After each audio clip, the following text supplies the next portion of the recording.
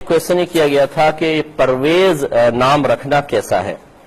دیکھیں، پرویز جو تھا یہ خسرو پرویز ایک شخص تھا جو مجوسی تھا، آتش پرست تھا، اور جب نبی کریم صلی اللہ علیہ وسلم نے اس کے پاس دعوت اسلام کا خط بھیجا تھا تو اس نے غصے میں آ کر نام مبارکہ رسول صلی اللہ علیہ وسلم کو چاک کر دیا تھا، چاقو سے پھاڑ دیا تھا۔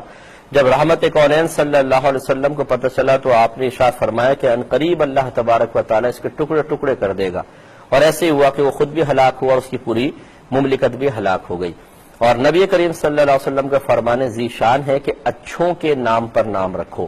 اس سے آپ اندازہ کر لیں کہ جو اس طرح گستاخ رسول ہو، جس نے اس طرح نبی کریم صلی اللہ علیہ وسلم کے اسم مبارکہ کو چاک کرنے کی گستاخی کی ہو، یقینی سی بات ہے وہ اچھا شخص تو نہیں ہوگا۔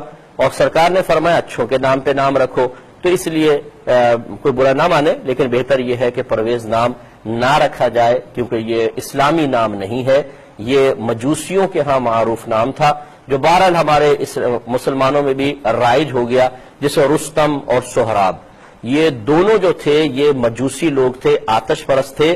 اور یاد رکھیں کہ یہ اسلام حضرت عمر فاروق رضی اللہ تعالیٰ عنہ کے دور حکومت میں مسلمانوں کے خلاف لڑنے کے لیے آئے تھے، دونوں پہلوان تھے۔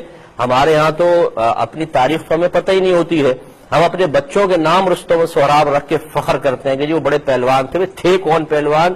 وہ آتش پرست تھے، آگ کی پوجا کرنے والے تھے اور پکے دشمن اسلام تھے، اور اللہ تبارک و تعالیٰ نے ان کو ایک نوجوان لڑکے سے ہلاک کروایا تھا، مسلمان بچے نے ان کو مارا۔ تو یہ اس طرح کے ہم نام بغیر سوچے سمجھے وہ ہم رکھ لیتے ہیں اور غلطی میں مبتلا ہوتے ہیں۔ ایک طرح سے میں کہتا ہوں غلطی ہوتی ہے کہ اسلامی نام رکھنے چاہیے، تو اس لیے رستم، سہراب، اسی طرح پرویز یہ نام مناسب نہیں ہے۔